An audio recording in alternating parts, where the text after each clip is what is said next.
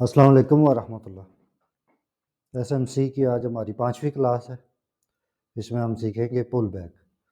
Trading में pull back क्या होता है, इसके नाम से ही आपको अंदाज़ा हो गया होगा, वापस खींचना। तो पुल बैक क्या है? तो एक अगर आप ट्रेंड है, ऐसे मार्केट ऊपर जा रही है, तो ऊपर जाने के वक्त जब वो आर्जी तौर पे ट्रेंड के अगेंस्ट थोड़ी देर उसकी अपोजिट डायरेक्शन में चलती है, तो उसको पुल बैक कहते हैं। तो ये पॉइंट ऑफ इंटरेस्ट पे वापस आने को कहते हैं। जैसे कि मार्केट इम्पल्स मूव इस तरह की लेती है, और फिर जब जो नीचे एफ छोड़ा हो या ऑर्डर ब्लॉक, उसको वापस जब टच करने आती है, कुछ ऑर्डर पेंडिंग होते हैं, स्टॉप लॉसेस वगैरह, तो उनको दोबारा से एक्टिव करने के लिए आती है, तो उसको पुल बैक कहते हैं। तो पुल बैक के बाद हमेशा प्राइस अपनी ओरिजिनल डायरेक्शन में अगर चली जाती है, तो ये वैलिड है। अब हम इसकी मज़ीद तफसील आगे देखते हैं। सबसे पहले स्कीमेटिक ड्राइंग में देखें एक लाइन चार्ट की मदद से। ये यहाँ पे एक प्राइस ज़ीरो है, तो एक इम्पल्स मूव लेती है, $10 प्राइस हो जाती है। ये एक पुल बैक है, ठीक है। तो यहाँ से आपको एक बाइंग अपॉर्चुनिटी मिलती है, मार्केट पुल बैक लेती है और फिर दोबारा ओरिजिनल डायरेक्शन में चली जाती है। ये आप ट्रेंड की एग्जांपल है। सेम इसी को आप इन्वर्स कर लें। ये आपकी एक $20 की प्राइस है, फॉल करती है 15 तक, एक पुल बैक लेती है और ओरिजिनल डायरेक्शन में चली जाती है। तो हर पुल बैक पे आपको एक अपॉर्चुनिटी मिलती है, क्योंकि सारी ट्रेडिंग की एक एक चीज़ सीखने का मकसद ही ये होता है कि एंट्री और एग्जिट प्लान कीजिए कि कहाँ से एंटर होना है और कितना प्रॉफिट लेना है, एग्जिट कब और कैसे करना है। चार्ट की एग्जांपल देखें। यहाँ से मार्केट ने एक वेव ली है, इम्पल्स मूव, जैसे कि मैं आपको थ्योरिकली समझाता हूँ, ज़ीरो और प्राइस हो गई $10। वहाँ से ये जो पुल बैक लिया तकरीबन $5 पे आ गई वापस, और फिर इम्पल्स मूव लेके चलेगी $15 पे। तो ये जो आई ब्रेक हुआ, ये बन गई ब्रेक ऑफ स्ट्रक्चर। और जब ये इस तरह से एक हमारा सप्लाई जोन या सेल का ऑर्डर ब्लॉक ब्रेक होता है, जो रेजिस्टेंस होती है, तो वो सपोर्ट बन जाती है। इसको जब हम मार्क करके रखते हैं, तो पुल बैक के बाद हमें बाई ट्रेंड में इस जगह से एक और बाइंग अपॉर्चुनिटी मिलती है। तो इस तरीके से मार्केट की मूव के साथ हम मूव करते हैं।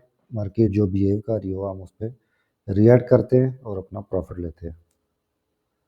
मज़ीद समझें कि हमेशा जो सिखाने वाले होते हैं वो इस तरीके की लाइन से सिखा देते हैं, जैसे हमने भी सीखा था 3 साल पहले।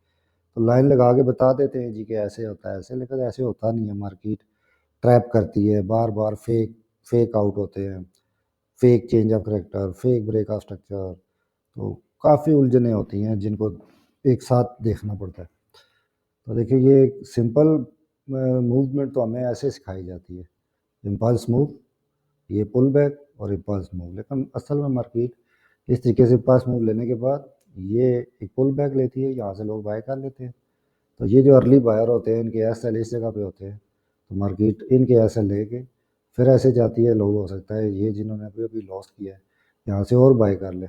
मार्केट हो सकता है अभी भी ऊपर जाने पे एक और दफ़ा इनके भी स्टॉप लॉस ले ले। तो ये हमारा जो पॉइंट ऑफ इंटरेस्ट होता है एक वैलिड, इससे ऊपर ऊपर मार्केट जितनी दफ़ा चाहे वापस आ सकती है। तो इसलिए आप इनको पूरी तरह एडवांस लेवल तक सीख के फिर ही प्रैक्टिस करें। अभी इसकी देखें मज़ीद कि यहाँ से मार्केट ने एक मूव ली है, ये उसका पुल बैक है। पुल बैक पे हमें बाइंग अपॉर्चुनिटी मिलती है, यहाँ से हम बाय करते हैं, फिर इसकी साथ राइड करते हुए जाते हैं। अब दोबारा से मार्केट ने ये एक पुल बैक लिया है, लेकिन पुल बैक वैलिड होता है यानी ये भी हमें देखना पड़ता है, और पुल बैक और रिट्रेसमेंट में भी हमें फ़र्क पता होना चाहिए। तो दोबारा से जब मार्केट ने पुल बैक लिया, तो हमने यहाँ से एक और बाय अपॉर्चुनिटी ले ली, और फिर तीसरी दफ़ा पुल बैक लिया तो तीसरी दफ़ा बाय अपॉर्चुनिटी ले ली। तो इस तरीके से हम इनको यूज़ करते हैं। अब इसका वैलिड और इनवैलिड हमें पता होना चाहिए। तो वैलिड के लिए क्या क्या क्राइटेरिया है? सबसे पहले स्ट्रक्चर को रिस्पेक्ट करें। जैसे मार्केट ऐसे मूव ले जब वापस आए, तो ये अगर ये सपोर्ट है तो इसको रिस्पेक्ट दें। जैसे कि पिछला हायर लो जो है वो ब्रेक नहीं होना चाहिए, रिस्पेक्ट दे स्ट्रक्चर को। पॉइंट ऑफ इंटरेस्ट पे वापस आए, ठीक है। मार्केट हमेशा अपने ऑर्डर ब्लॉक, इम्बैलेंस या किसी भी जगह कोई भी पॉइंट ऑफ इंटरेस्ट हो उस पर वापस आए, फिर वो कंटिन्यूशन करे जैसे कि जिधर जा रही थी। पुल बैक तभी वैलिड होता है जब मार्केट रिज्यूम करे अपनी डायरेक्शन, जिधर से आई है उधर ही वापस चली जाए, और इंड्यूसमेंट उसने ली है कि नहीं।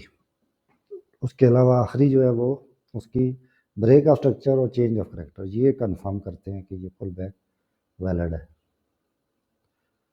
तो एग्जांपल के तौर पे देखें, आगे ये बुलिश पुल बैक की एक मिसाल है, ठीक है। इसको आप बीरिश पे खुद ही इसको उलट करके देख लें। जैसे आपका अप ट्रेंड है, higher high, higher low, higher high, ये अप ट्रेंड है। तो प्राइस रिट्रेस कर रही है 4 घंटे के डिमांड जोन पे, जो हमारा दूसरा पॉइंट है। एक तो इस स्ट्रक्चर को रिस्पेक्ट करे, हायर लो को ना तोड़े। दूसरी शर्त ये है कि वो वैलिड पॉइंट ऑफ इंटरेस्ट पे वापस आए। तीसरी ये है कि वो इंड्यूसमेंट छोटे टाइम फ्रेम में, जैसे 4 घंटे का पुल बैक है तो वो छोटे टाइम फ्रेम में जहाँ उसने इंड्यूसमेंट रखी है उसको ग्रैब करे। उसके बाद मार्केट चेंज ऑफ करेक्टर या ब्रेक ऑफ स्ट्रक्चर करे, यानी प्रीवियस हाई को ब्रेक करके नया हायर हाई लगाए, तो अभी हम कहेंगे कि ये एक वैलिड पुल बैक है।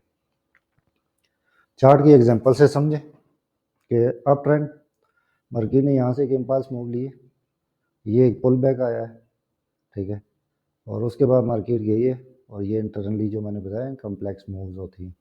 तो देखें, एक दफ़ा आई, फिर गई, फिर आई, फिर गई। अब यहाँ से जिन लोगों ने बाय किया है ना कि ये एक पुल बैक है तो आप हाई पे जाएगी, तो उन्होंने यहाँ से जब बाय किया तो इसके नीचे उनके एस एल थे, वो ग्रैब कर लिए। अब दोबारा से उन्होंने बाय कर ली कि चलो ये एस एल हो गया तो अब जाएगी ऊपर, अब उन्होंने यहाँ पे ऐसे रखे। तो ये जो इंटरनल मूव होती है, इसको समझने के लिए आप जो आपका प्रीवियस पुल बैक होता है ना, जिसको इंड्यूसमेंट की क्लास में हम पढ़ा है, आपने इसको देखना होता है कि ये आपकी इंड्यूसमेंट है।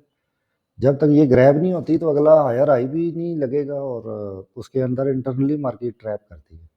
तो इसलिए आपने यहाँ से बाय नहीं करनी, यहाँ से बाय नहीं करनी, बल्कि अपने पॉइंट ऑफ इंटरेस्ट का वेट करना है। वहाँ पे जब मार्केट आए और देखिए आप वो ये जो इंड्यूसमेंट जाते हुए उसने यहाँ प्लेस की थी उसको ग्रैब कर लिया।